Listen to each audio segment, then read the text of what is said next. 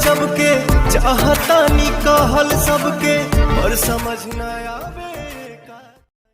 राजे एगो बा गजब के, चाहतानी कहल सबके पर समझ न आवे का।